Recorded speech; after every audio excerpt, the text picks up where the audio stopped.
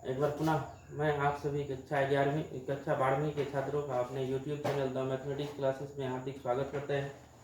जैसा कि आप पिछले वीडियो में देखे थे 4.5 का हम प्रॉब्लम सॉल्व किए थे, तो आज हम देखेंगे 4.6 का। पहले थ्योरी देखेंगे, उसके बाद इसका सॉल्व देखेंगे। आज ये चैप्टर अगर देखेंगे इसका थ्योरी प्लस सॉल्व, तो ये आपका डिटर्मिनेंट का जो है लास्ट चैप्टर है।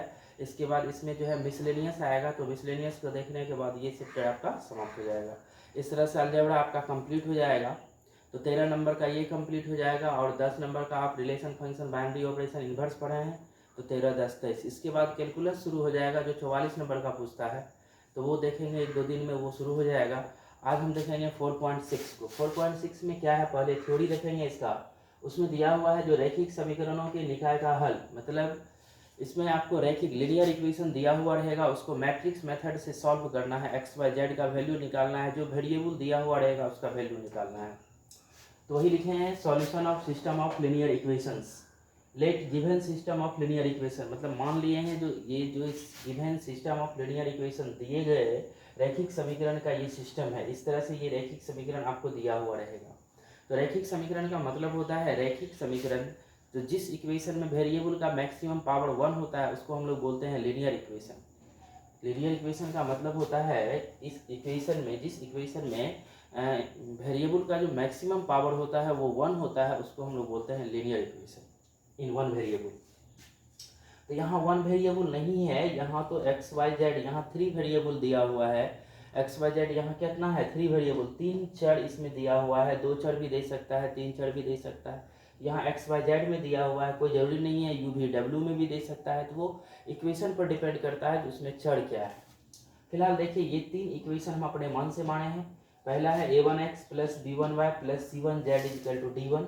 दूसरा है a2x plus b2y plus c2z is equal to d2। तीसरा है a3x plus b3y plus c3z is equal to d3। इस तरह से आपको इक्वेशन दिया हुआ रहेगा बुक में, तब कहेगा कि उसको सॉल्व करना है आव्यूह विधि से, मतलब चर का मान ज्ञात करना है एक्स वाई जेड का आव्यूह विधि से।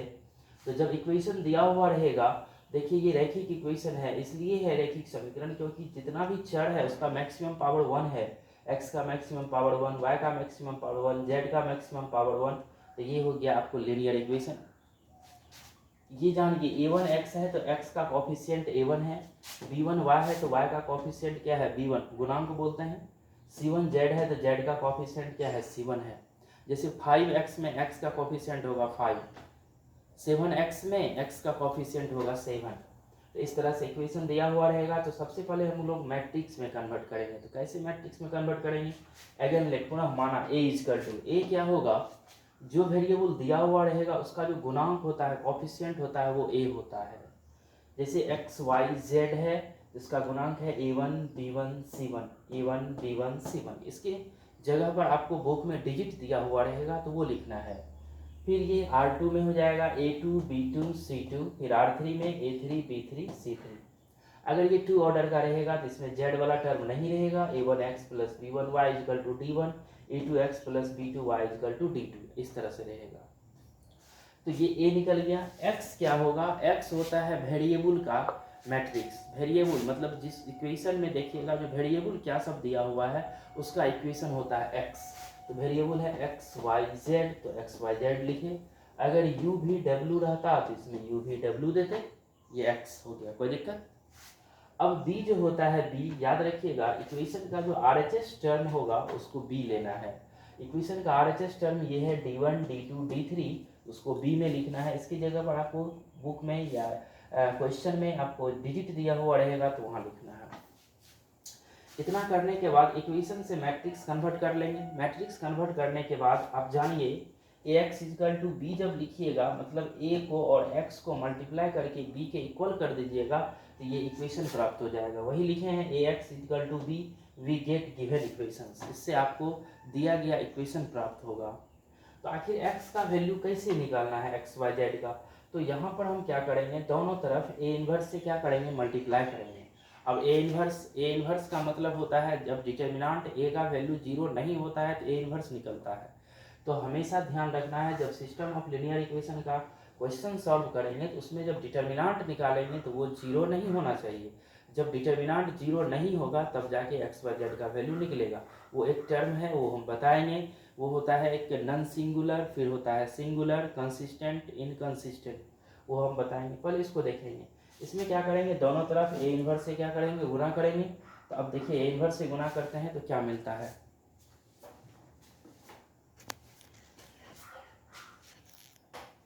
इससे पहले इक्वेशन जब दिया हुआ था तो इक्वेशन से हम लोग A x equal to B matrix form में लिख लिए। अब उसमें क्या किए हैं, ए इनवर्स से दोनों तरफ गुना किए हैं। तो ए इनवर्स से जब गुना करेंगे दोनों तरफ तो A inverse into A x equal to A inverse into B. अब ए इनवर्स इंटू ए को एक साथ किए, एक्स को बाहर किए, A inverse into B. A inverse into A का जो वैल्यू होता है वो आई होता है। कोई भी मैट्रिक्स और उसके इनवर्स मैट्रिक्स को जब मल्टीप्लाई कीजिएगा तो वो एक यूनिट मैट्रिक्स होता है। तो A inverse into A equal to I into X equal to A inverse into B. अब ये मैट्रिक्स है और किसी भी मैट्रिक्स में यूनिट मैट्रिक्स से मल्टीप्लाई करते हैं तो वो एक मैट्रिक्स प्राप्त होता है। तो आई इंटू एक्स का वैल्यू क्या होगा, एक्स। तो X equal to A inverse B, I into X equal to x.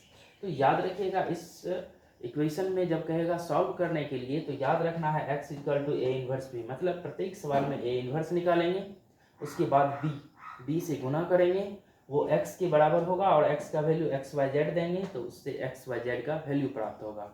वो एक सवाल सॉल्व करेंगे, प्रॉब्लम सॉल्व करेंगे तो वो सारा कन्फ्यूजन दूर हो जाएगा। बहुत आसान है और पूछेगा तो 5 नंबर में पूछेगा।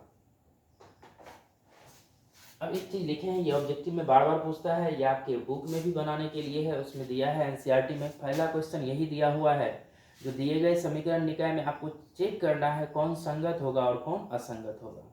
तो संगत होता है कंसिस्टेंट, असंगत होता है इनकंसिस्टेंट। तो संगत कोई भी सिस्टम इक्वेशन, कोई भी ये रैखिक समीकरण का जो हल होता है वो संगत कब होगा, आप ए निकालिएगा, उसका डिटर्मिनेंट निकालिएगा। अगर वो जीरो नहीं होगा तो उस स्थिति में समीकरण निकाय क्या होगा, संगत, और उस स्थिति में उसका हल भी होता है। अद्वितीय हल होगा या एक से अधिक हल होगा, अद्वितीय हल होगा या एक से अधिक हल होगा। तो याद रखिएगा, यदि डिटर्मिनेंट ए का वैल्यू जीरो नहीं होता है तो उस स्थिति में समीकरण निकाय संगत और उसका हल होता है। हल होता है का मतलब या तो अद्वितीय होगा या एक से अधिक हल होगा। दूसरा पॉइंट लिखे हैं, यदि डिटर्मिनेंट ए जीरो होता है तो उस स्थिति में समीकरण निकाय हो जाएगा असंगत। असंगत का मतलब है कोई हल नहीं होगा, कोई हल नहीं होगा। वही लिखे हैं, इसमें हल का अस्तित्व नहीं होता है, अर्थात कोई हल होगा ही नहीं। जैसे ही डिटर्मिनेंट ए जीरो हो गया है तो इन्वर्स ही नहीं निकलेगा। जब इन्वर्स नहीं निकलेगा तो फिर यहाँ कैसे आप मल्टीप्लाई कीजिएगा, कैसे एक्स का वैल्यू निकालिएगा, वो संभव नहीं है। इसको याद रखिएगा, डिटर्मिनेंट ए जब जीरो नहीं होता है तो समीकरण निकाय संगत होगा और उस स्थिति में एक या अधिक हल होगा या अद्वितीय हल होगा।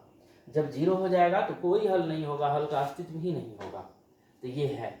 अब इस पर अब देखेंगे थोड़ा सा नॉन सिंगुलर और सिंगुलर। ये आपको हमको लगता है पिछले वीडियो में बता दिए हैं नॉन सिंगुलर सिंगुलर। अगर नहीं भी बताएं तो हम आपको थोड़ा सा चर्चा कर देते हैं। नॉन सिंगुलर मैट्रिक्स क्या होता है और सिंगुलर मैट्रिक्स क्या होता है। सिंगुलर, अब देखिए थोड़ा सा,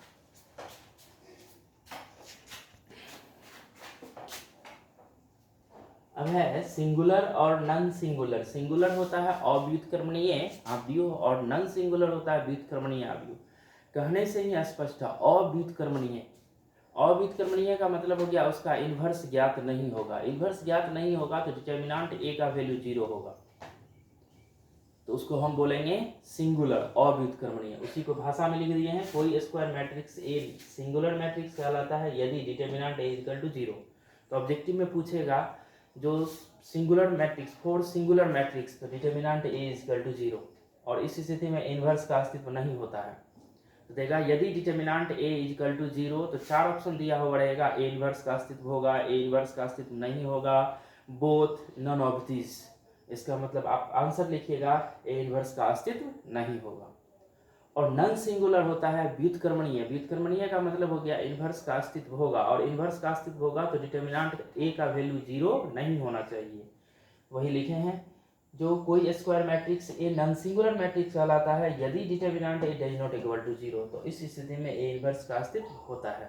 सीधी सी बात है, डिटर्मिनेंट निकालेंगे, डिटर्मिनेंट का वैल्यू जीरो आ जाएगा तो इन्वर्स का अस्तित्व नहीं होगा।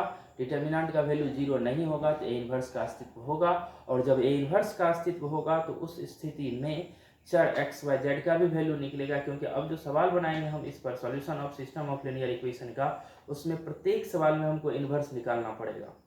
उसके बाद एक्स वाई जेड का वैल्यू निकलेगा। तो एक क्वेश्चन हम सॉल्व करते हैं, उसको देखिए और याद रहे जब उसका क्वेश्चन सॉल्व कीजिएगा तो उसमें जो वेरिएबल नहीं दिया हुआ रहेगा तो उसका कोएफिशिएंट 0 लेना है।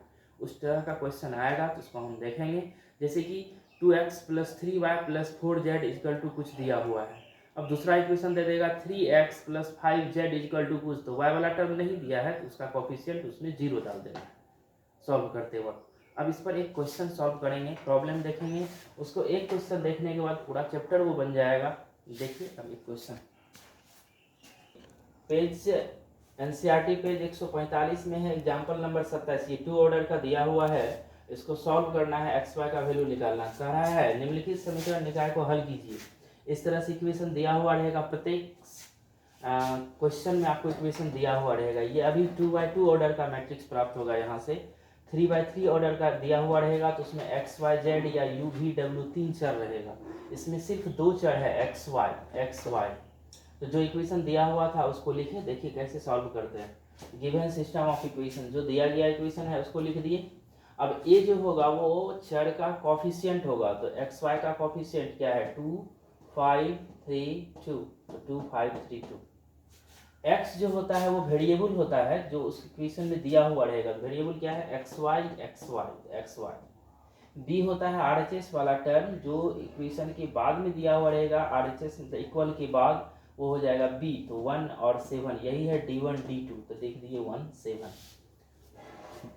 अब डिटर्मिनेंट निकालेंगे, क्योंकि डिटर्मिनेंट का वैल्यू अगर 0 होगा तो यहाँ इन्वर्स नहीं निकलेगा, अगर 0 नहीं होगा तो इन्वर्स निकलेगा। तो डिटर्मिनेंट लिए 2 5 3 2, तो 2 दूनी 4, 5 दिया 15, 4 - 15 -11 जो 0 के बराबर नहीं है, इसलिए लिखें सो ए इन्वर्स एक्सिस्ट। इसका मतलब इन्वर्स का अस्तित्व है। तो अभी इन्वर्स का अस्तित्व है तो इन्वर्स निकालेंगे। तो इन्वर्स निकालने के लिए एडजॉइंट चाहिए। तो एडजॉइंट कैसे निकालते हैं, एक नया अवयव प्राप्त करते हैं जिसका एलिमेंट जो है इस मैट्रिक्स का क्या होगा, कोफैक्टर होगा। वही लिखे हैं, let C is the matrix whose elements are corresponding cofactors of A. इसका मतलब हुआ सी एक अवयव है जिसका अवयव ए के संगत कोफैक्टर है। सी इसलिए लिए क्योंकि बी यहाँ है, इसमें ए बी दिया हुआ है, इसलिए सी एक अवयव। डी भी ले सकते हैं, दूसरा अवयव। तो अब देखिए सी इज इक्वल टू कोफैक्टर, इसका कोफैक्टर इसका ए का, तो 2 का कोफैक्टर निकालेंगे तो ये प्लस में आएगा, इसके सामने का रो और ये कॉलम समाप्त, तो ये बचेगा 2, क्योंकि जिसका कोफैक्टर लेते हैं उसके सामने का रो कॉलम को समाप्त करते हैं, जो एलिमेंट बचता है उसको लेते हैं लेकिन विथ प्लस माइनस साइन। इसका प्लस में आएगा, इसके सामने का रो कॉलम खत्म, तो +2 देख लीजिए। इसका निकालेंगे तो पहला रो दूसरा कॉलम माइनस में आएगा, इसके सामने का रो और ये कॉलम समाप्त, तो -3। अब इसका निकालना है तो दूसरा रो पहला कॉलम तो माइनस में आएगा ही, इसके सामने का रो कॉलम खत्म, तो ये क्या हो जाएगा 5 -5। इसका निकालना है तो प्लस में आएगा, दूसरा रो है दूसरा कॉलम है, तो +2 यहाँ देख लीजिए, ये प्राप्त हो गया। अब एडजॉइंट जो होगा इसका ट्रांसपोज का मतलब होता है रो बदलेगा कॉलम में, तो ये रो 2 -3 किस में आ गया, कॉलम में, -5 2 प्लस रो में है, इसमें आ गया कॉलम में। अब A inverse equal to formula होता है adjoint of A by determinant A. तो डिटर्मिनेंट ए का वैल्यू है -1/11। यहाँ देखिए डिटर्मिनेंट ए का वैल्यू है -11, तो यहाँ 1 डिटर्मिनेंट ए है तो -1/11 दीजिए, कोई दिक्कत नहीं है। अब एडजॉइंट ए का जो वैल्यू दिए हैं 2 -5 -3 और 2, 2 -5 -3 और 2, ये ए इन्वर्स निकल गया। अब हम आपको फॉर्मूला पढ़ा है एक्स इक्वल टू क्या होता है, ए इन्वर्स बी। अब ए इन्वर्स को और बी को गुना करेंगे, ये ए इन्वर्स प्राप्त हुआ है, बी यहाँ है, इस दोनों को क्या करेंगे, अब गुना करेंगे। गुना करने के बाद एक्स वाई जेड का वैल्यू, एक्स वाई का वैल्यू देंगे और वो एक्स वाई प्राप्त हो जाएगा। देखिए कैसे अब गुना करते हैं, कैसे प्राप्त होता है, थोड़ा सा है।